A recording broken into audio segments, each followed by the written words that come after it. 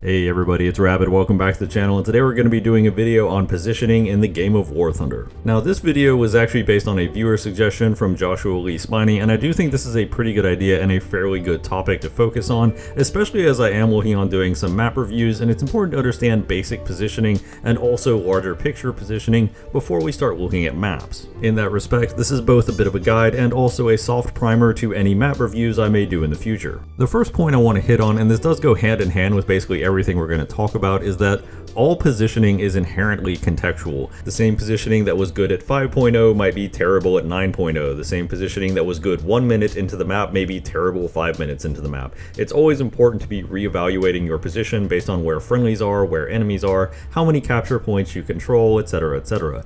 So all of the tips I'm going to give you throughout this game come with an inherent asterisk in that you should always be considering the map and where everybody is at any point in time in order to achieve the best positioning. Of course, this also organically leads into the natural question, what exactly is the concept of positioning? Positioning is the ability to put yourself in a position where you constantly have an advantage in your fights. Having an advantage obviously gives you a higher likelihood in winning those fights, and the more fights you take with an advantage, the more likely you are to string multiple fights together. And it's important to note that good positioning is not about giving yourself a single good advantage, it's about giving yourself multiple advantages stacked on top of each other. The more advantages you have in a fight, the more likely you are to come out on top. This is also why when you see the best players recording footage, they seemingly are able to get a nuke in almost anything. It's not because the vehicles are particularly broken, but rather that they are perpetually putting themselves in situations where they have enough intrinsic advantages that even with the drawbacks of a suboptimal vehicle, they can often win their fights. Now, positioning overall can broadly be split into two main categories: the macro positioning, the big picture of the general parts of the map you want to play, and the micro, the individual moment to moment in relation to a specific gunfight with a specific enemy. Now, the easiest way to explain macro positioning is to do a practical example. In the game in the background, I have spawned in a CV9105 on the Big Poland map with a single capture point. There are three main routes I could take: the southern route, the middle route, and the northern route, and I'm going to let you take a minute to try and figure out which route you think I'm going to take in the CV9105 on Poland.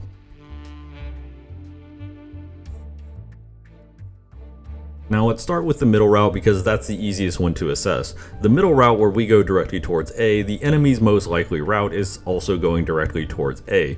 This means we're essentially in a headbutt scenario if we go there. The CV9105 doesn't have great armor. If this were a World War II BR bracket and I was in something like a heavy tank such as a King Tiger, the direct route straight to the point might actually be the best solution because you want a scenario where you can basically headbutt the enemy and use your armor to bully them off of locations.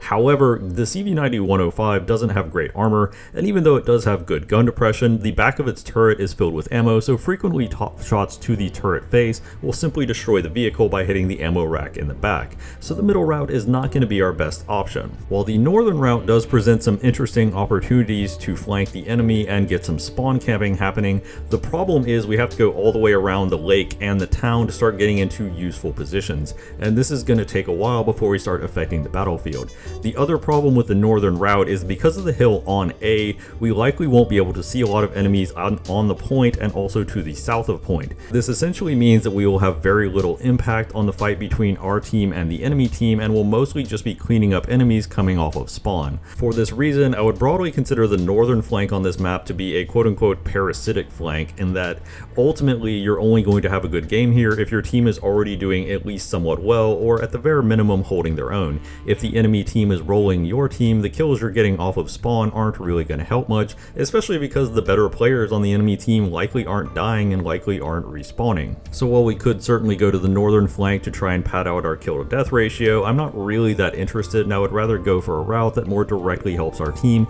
and more directly takes advantage of the CV9105. The southern flank is generally a shorter flank route than the northern flank, and in addition to that, it has much better visibility to enemies on point and enemies directly fighting our team. So the southern flank does potentially set us up to actually be a game changer and potentially tilt the odds in our team's favor. Additionally, the southern flank is heavily forested, and the CV9105 has excellent thermal imaging. So any enemies that don't have good thermal imaging, we will have an intrinsic advantage in engaging them through the forest. Another major factor, and this is also something you should consider with your positioning, is that if the enemy takes a southern flank, our team is going to be in just as bad of a position as their team will be if we take it. So taking that flank from the enemy team in and of itself is intrinsically very valuable. Of course, what's interesting about this particular map is that the southern flank, while it does provide more access to the point and more access to major movement lanes, it also provides you access to spawn camp if that's what you're really out to do. So broadly speaking, while you could go the northern flank and it will pad your kills to death ratio, the southern flank will often give you much more value. This also raises an interesting point when considering macro positioning, because any position that you think is important, it's very likely the enemy also thinks is important. So an intrinsic part of macro positioning is not simply understanding where you want to be, but also understanding where the enemy wants to be and understanding positions that can meaningfully counter the enemy's positions. This of course neatly leads into the map in question in the background, wherein you will notice I'm not focusing on point right away. The very first thing I'm focusing on is what's directly ahead of me, because I am not that worried about point until I have successfully secured this flank. Until I've secured this flank, my team is going to be in just as rough of a spot with shots coming from this flank as the enemy team.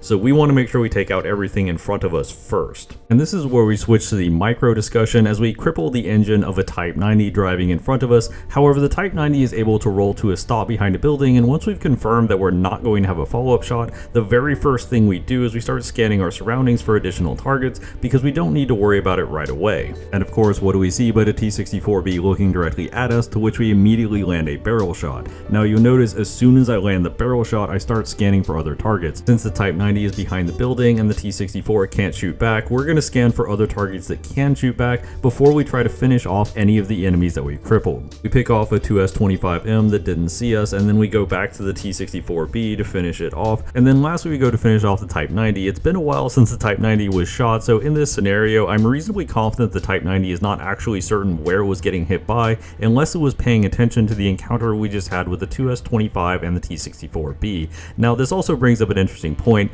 The 2S25 didn't see us and didn't respond to us, so this likely means it didn't scout us, and obviously a T-64B doesn't have active scouting, so the likelihood that we're on enemy minimap at this point is relatively low. If we were on the enemy minimap right now, we might have to be a little more cautious with this next engagement, because the likelihood that they would simply be staring at us as soon as we rounded the corner would be very high. Now in this next segment, we've effectively set up an L-shaped ambush between us and our team. Our team is engaging the enemy from the front while we are engaging them from the sides. This means that wherever the enemy turns their attention, somebody is going to get a good flank shot on them, which sets us up for success. Additionally, you'll notice that I'm trying to keep the building between me and the enemy spawn as much as possible so that I only have to focus on one direction at a time. This is a critical failing that I see with a lot of newer players, is they open very wide sightlines where a lot of enemies can potentially see them, and obviously it's very difficult to cover a wide sightline at a time. Ideally, you want your sightlines to be as narrow as possible at any given time. Ultimately, this successful flank was really just a process of picking a position I wanted to be, and then once I started to engage the enemy, I went down the list of enemies that could still fire back, eliminating them one by one, before turning my attention to a flank route, in which case I actually had side shots on enemies that weren't paying attention to me, which is the freest of kills. This is the ideal positioning scenario because the majority of enemies we're taking out are not shooting back at us, and if the enemy isn't shooting back at you, they can't kill you. And that is ultimately the goal of successful positioning, is putting yourself in a position where you have such overwhelming advantage over the enemy that it is legitimately difficult to lose those fights. In this next map on Japan, we have successfully flanked around the enemy team. Now we could have gone to a spawn camping point, but our team is not doing all that well in the main fight, so what I really want to do is I want to support the main line of attack, which means going more aggressively into the enemy's position. Now while we were able to successfully eliminate a ZBDO4, we could clearly see the T-80 was looking directly at us, so had we stayed there to try and engage more targets from that position, we would have been taken out by the T-80, and re-peaking a position where somebody is looking directly at us is obviously probably going to result in us getting taken out. So naturally we take a very unexpected position and shoot down on the T-80 from this nice little hill. These kind of one-off elevated positions are the types of things that people don't typically use that often, and thus people also aren't usually expecting you to take them,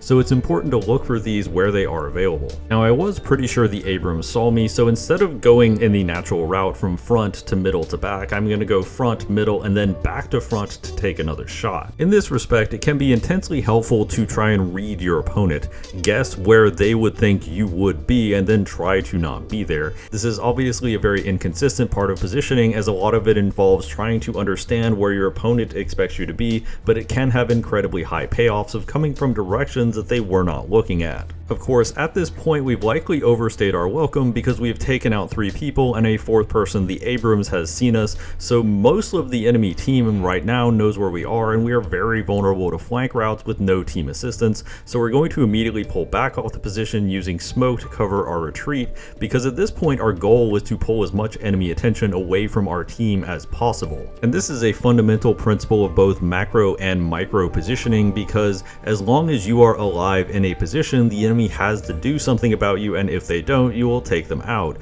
Whereas if you just die, the enemy now no longer has to worry about it. This is a concept called playing your life that is often used in esports, wherein you prioritize staying alive and being a general nuisance to the enemy that they have to deal with, as opposed to actually doing the maximum amount of damage. If I simply stay in my previous position and have a last stand, the enemy might take some additional damage, but ultimately they will deal with me and then just refocus on my team. And in doing so, and in being a distraction, we actually give our team enough breathing room that they are able to retake the point. For the last example of micro positioning, we're going to look at one of the most overpowered things in the entire game of War Thunder, a hill, and more importantly, a hill that you can actually look around instead of having to go over. Now, the reason why hills in general are very overpowered in War Thunder has to do with the third-person camera. You can use the third-person camera to look over a hill without exposing your vehicle. This is because the closer you are to an object with the third-person camera, the more easily you can look over it. So if you're right next to a hill, then you can see over it perfectly fine, whereas enemies that may be 500 to 600 meters away can't see you behind it at all. While this does give you information, and information is always valuable, going all the way over a hill violates one of the principles we set out earlier, in that you always want to be able to control the number of things that can see you, and if you crest a hill, you aren't necessarily doing that. Certainly, if you have a vehicle with good gun depression and that can operate effectively hull down, you can use the position while exposing a minimal aspect of the vehicle, and it's unlikely you will die to a hit to the turret in many vehicles. However, it's not necessarily giving yourself the most advantage, because you are allowing the enemy to hit you, and allowing the enemy to hit you is not actually optimizing your advantages. That's why in this particular position, while we are using the hill to see the enemy over it, we're also peeking around the side of the hill, because peeking around the side of the hill lets us more carefully control the angle and the potential enemies that can shoot back at us, which does optimize our advantages. We have information on the enemy, and we can watch and see when an enemy is and isn't paying attention to our position, and we can take the shot when it's most optimal without exposing ourselves to too many enemies. Of course, all positioning is contextual, and these are less hard and fast rules than they are loose suggestions, and if you have any tips for positioning, feel free to post them in the comments down below. I hope you enjoyed the video. I hope you learned something. If you did, a like and subscribe always helps out the channel. As always, danke bitte, tschüss.